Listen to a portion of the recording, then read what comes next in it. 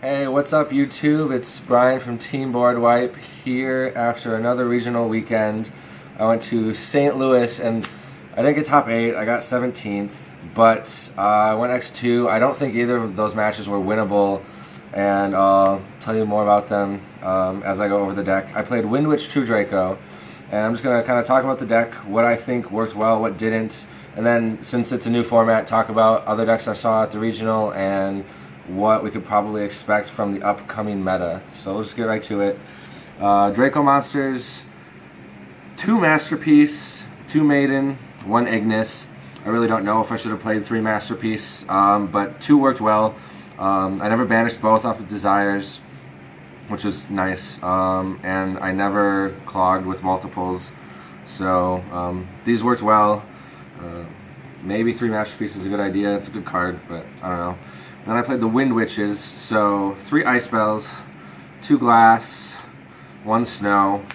I don't know what's standard with these. 3 Glass seems bad. I only banished this once or twice off Desires, and it didn't matter because of other stuff. And then I also played Maxi for hand traps. No Ash or Ghost Ogre in the main. And then I played the Spellbook Draw Engine, so 1 Spellbook, Magician of Prophecy, 2 Knowledge, 2 Secrets. I did miss the second Blue Boy once or twice, but because of the Wind Witch cards, Knowledge was never really a dead card in my hand. So, like, playing 1 was fine, and 2 Secrets, 2 Knowledge, like a deck thinning Pot of Greed. It's really great. And then for other spells, just 3 Diagram, 3 Terraforming, 3 Heritage, 3 Disciples, and 3 Desires. I don't think much of that needs any explanation. They're all really good cards. Somebody asked me why I played 3 Disciples instead of 2, and I thought about it, and Disciples came in really clutch because it's really good, like whenever you draw it. Like early game you tribute, mid game you can probably use it for its draw effect and its tribute effect, and late game, like, recycling cards is just really good. For traps, I did 1 Return, obviously, unfortunately, like RIP, and then 3 Apocalypse. There's actually one time where I had all 3 Apocalypse set because I drew them all, and I won the game because you can just chain them to have attacks so you can't get OTK'd and pop a monster in the damage step. And when I recycled them with Disciples, I actually drew another one, so the next turn I had 2 set, and you still just win. It's a really good card. People are like sad that they have to play so many of it, but it's broken. It's really, really good. And then I also main decked Imperial Order, 2 Strikes, and 2 Dimensional Barriers. At this event, I don't think this was a very good card. Going forward, I think it will be because of Pendulum Magicians. Now that 5 of the top 8 of the UDS were Pendulum Magicians, there are multiple Pendulum Magicians in top 8 at St. Louis. I think Dimensional Barrier is going to be a good card. It wasn't for me at this event. I always sided it out when I was going second, and except for my losses, I only dropped 1 game throughout the entire event. So in the 6 matches that I won, I only lost 1 game in any of those matches, which means that I was going second a lot, so I was taking out these cards a lot. Yeah, at the event they weren't very good. Imperial Order was. Strikes were okay, but D-Barriers were bad. But going forward, I think they're going to be good because of Pendulums. So I don't know what I'm going to do as far as these go. Maybe take out the Strikes. Not sure.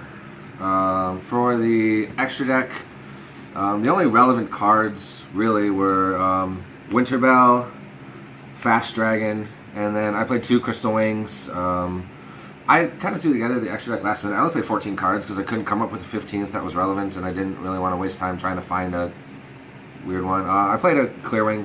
I guess sometimes you can make this. I never had a situation come up where I needed to make Clearwing or Synchro or Clearwing Fast Dragon.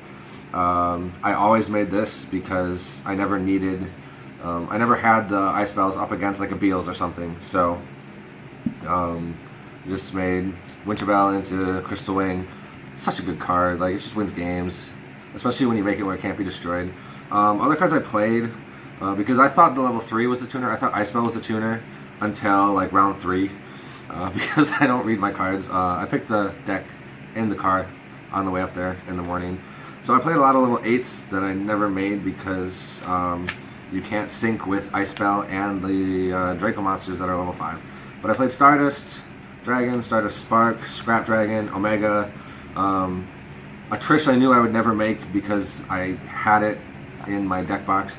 And then I also played Durandal and Volcasaurus, 2 cards I never planned on making unless I was desperate and I had like 2 maidens on the field, or a maiden and an Ignis, because all 3 of those, both those monsters are level 5s, and if I'm desperate you can make Volcasaurus and just steal games. But it never came up, and I didn't think it would, but I had them just in case. And then I didn't have a 15th card because I didn't need one, because I was making crystal ones all day. Side deck, 3 Ash, 2 Ogre. I don't know what's a good hand trap this format. I don't think it's Ogre. Like, Ogre's good, but like, I guess against Pendulum Magicians it will be really good because they'll have Wisdom Eyes. So going second against Pendulum Magicians, Ash and Ogre is going to be really good. Pendulum Call and Wisdom Eye if they have it. So going forward, I might try and find a way to main both of them. I don't know how I'm going to fit them in this deck though, but we'll see. And then I sided 2 Denkos for Paleo, 2 Gaijus for when I needed them, Cyclones for going first in any mirror type match, Twisters for going second in anything that played back row, and then 2 System Downs because I figured Cosmos and ABCs would be played. And I was right. I lost to a Cosmo deck because I got OTK'd because of Twin Twisters. I don't think it was winnable. I kind of misplayed once against the Cosmo player, but I don't think it was anything that was going to change the momentum of the game. And then I lost a mirror match round 3 to Mystical Ref Panel because he decided to side Mystical Ref Panels. He started like 5-0 and then he lost the next 3, so he was a really bad tiebreaker. The Cosmo player I think finished X2 because I don't think he was in top, but yeah, that's why I was kind of like hovering in 17th land instead of higher up in the X2s because the losses I don't think finished great, but they weren't terrible, so I still got some world points. As far as the decks that I saw, pretty much exactly what I expected. Like, there was a lot of ABC, there was a lot of Paleo, there was a lot of Pendulum Magician, and there was a lot of Draco variants, and then some Lightsworn and some Infernoids. But as far as what like the defining meta is going forward, I feel like it's probably Pendulum Magician, especially after UDS. And that's what I wanted to play today, but I couldn't get the cards, so I played this instead. Pendulum Magician and Draco are going to be really good. ABC is okay. Like, it's really good going first. It's got a really high ceiling depending on how you play it. But going second, it doesn't have a lot of board-breaking cards unless you're maining Twin Twisters, which means you're going first turns are less consistent. And the Draco deck is still really good because Masterpiece is still really good. I don't know why that's still a card, but like, I don't know. I'm not really sure if the Invoked or Wind Witch Bet Engine is better yet. Like, I like Wind Witches because they don't require a normal summon, which means they work with the Blue Boy and the Spellbook Draw Power, Pot of Greed. But a lot of people are playing the Invoked engine because they think it's less bricky. All you have to do is add 1 Alistair, 1 Invocation, and 2 Meltdowns, and that works really well with your deck. But then it doesn't work with this draw engine because you can't normal summon Alistair and Blue Boy in the same turn. So you can't normal summon a Blue Boy and still summon an Invoked monster, so that kind of sucks. And if you replace these with Demises, you also can't Demise and summon an Invoked monster first turn because you can't special summon when you activate Demise. So like, the engines are like contradictory and they clash, which creates more bricking. But I mean, Glass Spell and Snow Bell also kind of brick too. But the thing I like about this is that if you draw a Glass Spell, you can normal summon it to search for Ice Spell, and then just like knowledge it away if you draw knowledge instead of secrets.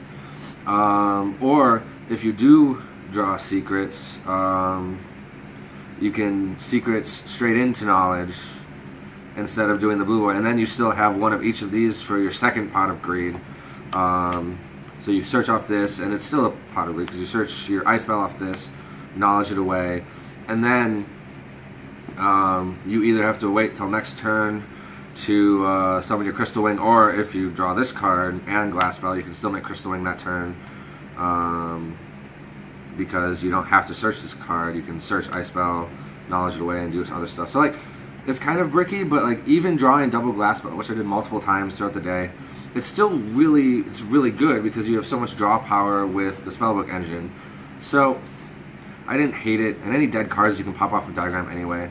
So like, if I had to like pick an engine, I'd still pick the Wind Witch over the Invoked as of right now. But like, we've only had 1 weekend of tournaments, so we don't really know what's going to be good. And Spiral Double Helix or whatever new card is coming out in Circuit Break is not out yet, so we don't know what's going to be relevant after that. But yeah, that's what I played at St. Louis. Didn't do as well as I wanted to, but it was okay. I mean, X2, 17th, 16 world points. And that's all I have for this weekend. So thanks. Until next time. Except for a shout out to my really needy cat right now who's looking herself inappropriately. My biggest fan, always has my back. And as long as she is supporting me, I think I'll keep doing well. So thanks, YouTube.